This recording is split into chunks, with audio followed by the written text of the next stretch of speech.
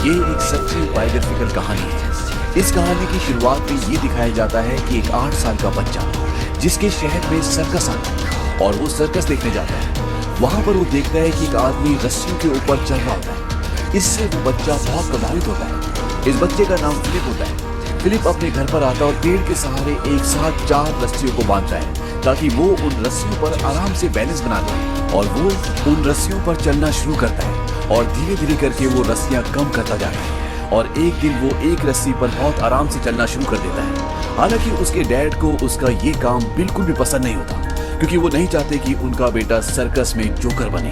पर जैसे तैसे फिलिप अब रस्सियों पर चलना सीख गए। एक दिन जब सर्कस खत्म हो जाता है तो फिलिप वहाँ पर चुपके से जाता है और वो ऊपर चढ़कर उस रस्सी पर चलने की कोशिश करता है जहाँ पर प्रोफेशनल लोग चलते हैं। लेकिन इससे पहले कि वो वहाँ पर चलता तभी नीचे से आवाज आती है ओए, और वो रुक जाता है।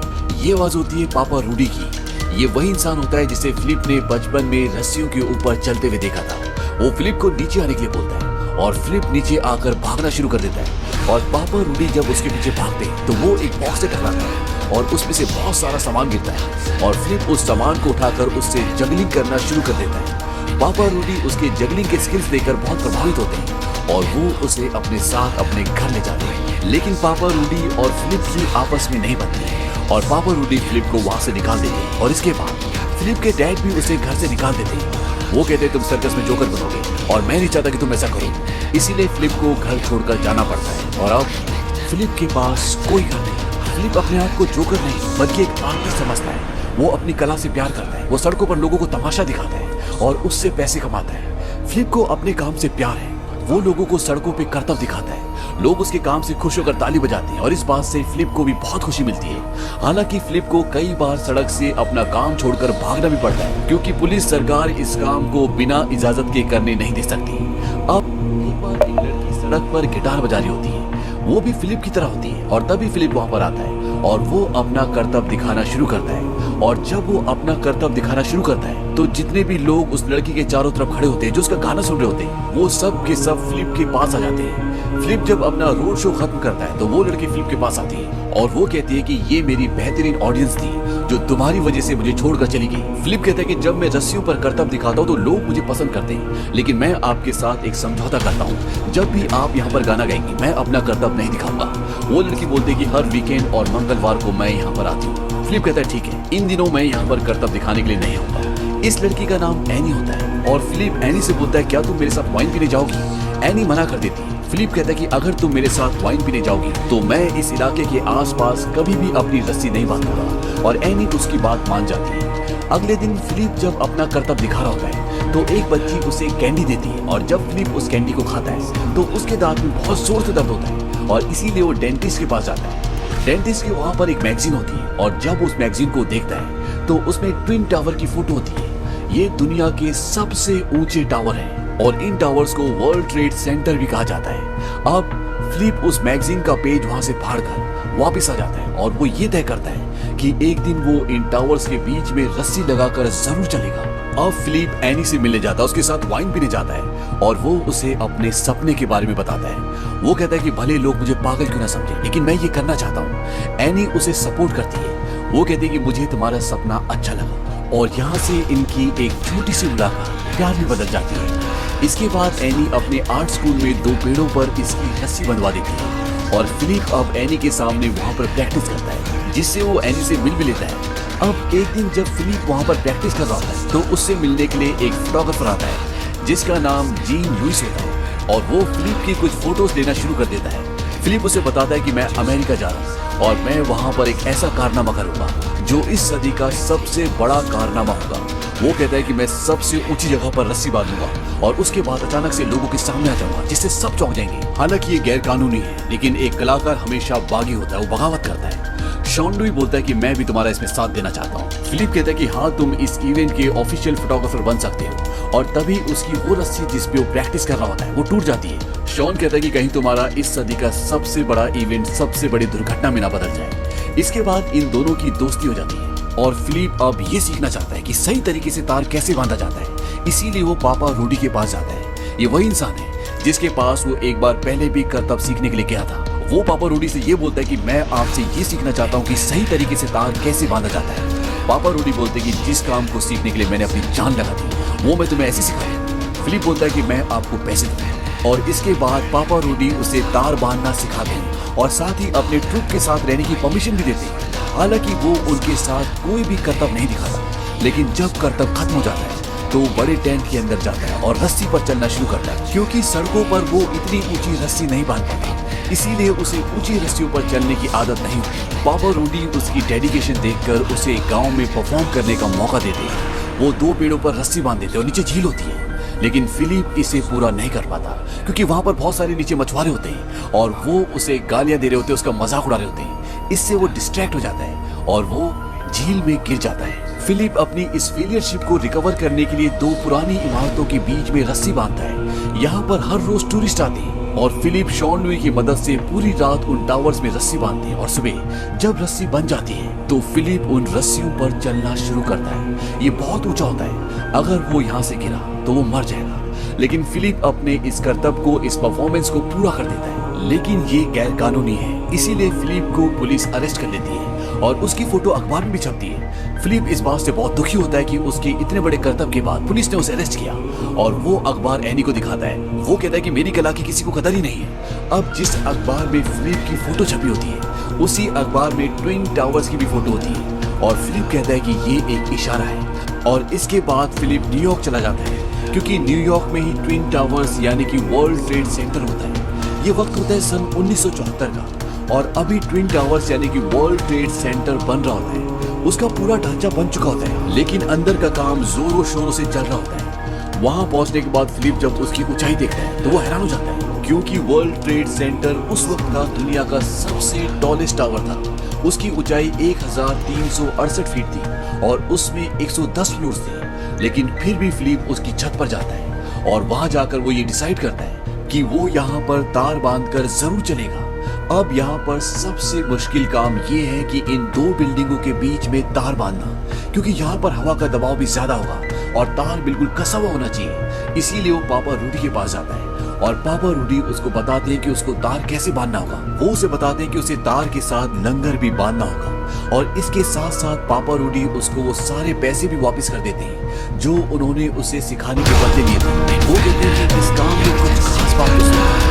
अब यहाँ पर सबसे बड़ी प्रॉब्लम ये है कि तार को एक छत से दूसरी छत तक पहुँचाएंगे कैसे। इसीलिए ये डिसाइड करते हैं कि सबसे पहले एक पतले तार को दूसरी छत तक पहुँचाएंगे और उसके साथ ही मोटे तार को खींचेंगे। लेकिन इतनी दूर तक पतला तार पहुँचाना भी बहुत मुश्किल है। अब इनका जो दोस्त शॉन लुई है, जो फोटोग्राफर है, वो एक लड़के को लेकर आता है, इसका नाम जेम्स है और वो इन्हें बताता है कि हम एरो के जरिए तार को एक छत से दूसरी छत तक पहुँचा सकते हैं और वो इन्हें एरो चलाकर भी दिखाता है और तार यानी कि जो एरो होता है वो उस डिस्टेंस तक पहुंच जाता है जहां पर दूसरी छत होती है। इससे इन्हें एक राहत मिलती है क्योंकि अब इनके पास एक तरीका है जिससे ये एरो को यानी कि उस तार को दूसरी छत तक पहुंचा सकते हैं। और इस काम में, इस मिशन में अब ये 4 लोग हो चुके हैं और ये रस्सी पे चलने का दिन डिसाइड करते हैं 6 अगस्त सन 1974। इसके बाद ये एक बार फिर से न्यूयॉर्क पहुंच जाते हैं क्योंकि वर्ल्ड ट्रेड सेंटर वहीं पर है।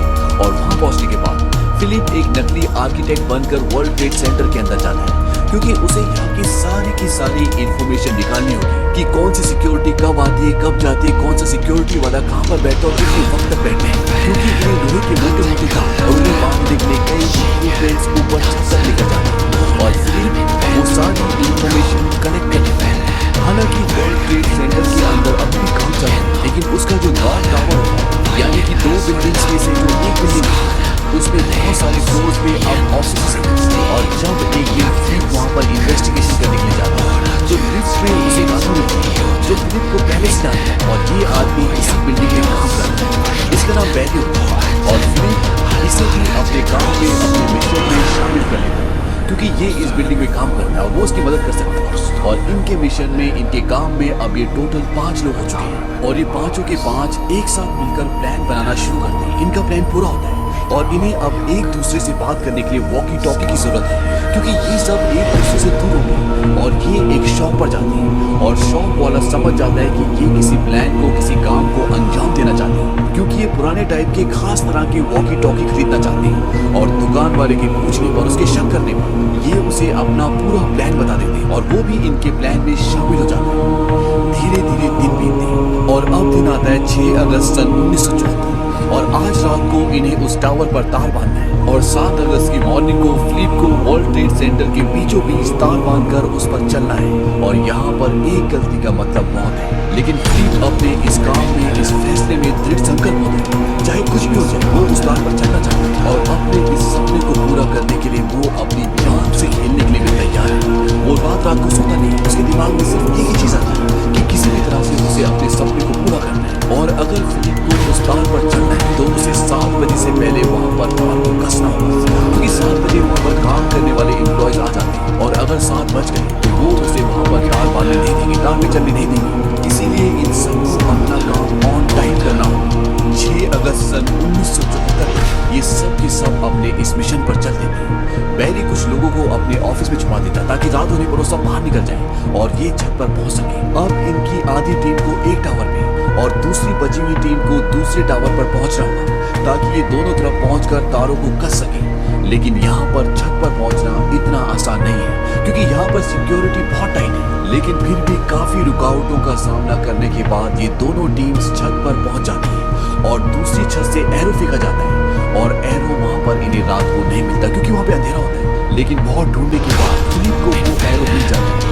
अब जिस तरह से उन्होंने प्लान बनाया उस प्लान के हिसाब से ये 3 घंटे लेट है और 7 बजे तक इन्हें तार को कसना होगा, नहीं तो यहाँ पर एक ड्रॉइंग आ जाएंगे और अगर उन्होंने इन्हें यहाँ पर देखा तो वो इन्हें यहाँ से अब पूरी रात काम करते करते सूख जाते, लेकिन इनकी तारें अभी भी कसी नहीं हुई।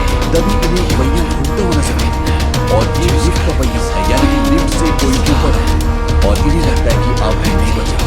तभी इनके सामने एक आदमी आकर खड़ा होता है। इन्हें लगता है कि इनका पेट खाली, लेकिन वो आदमी ने कुछ नहीं किया और वो वहां से चला जाता है। उसके जाने के बाद इनकी तैयारियां जब पूरी हो जाती है तो फिलिप अपना कॉस्ट्यूम पहनता है, क्योंकि ये उसकी जिंदगी का सबसे बड़ा मंच है और वो अपनी कॉस्ट्यूम पहनना चाहता है, लेकिन उसकी कॉस्ट्यूम ऊपर से नीचे गिर जाती है। इस बात से उसे बहुत गुस्सा आता है, उसे बहुत दुख होता है, लेकिन फिलिप को अब किसी भी हालत में इस तार पर चलना होगा और वो इस तार पर चलना शुरू करता है।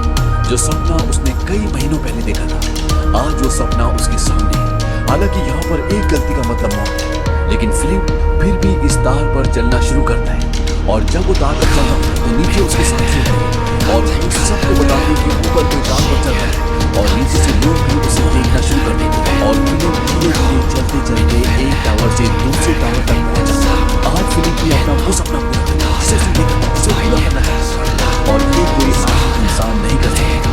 110 मीटर से एक पतली सी तार पर ये कितना आसान है। अब फिलिप जब दूसरे टावर को पलट के देखता है तो उसे लगता है कि वो टावर उसे वापस लाया और वो एक बार फिर से उस तार पर चलना शुरू करता है और इतना ही नहीं, जब वो नीचे तो वो नीचे भी देखता है।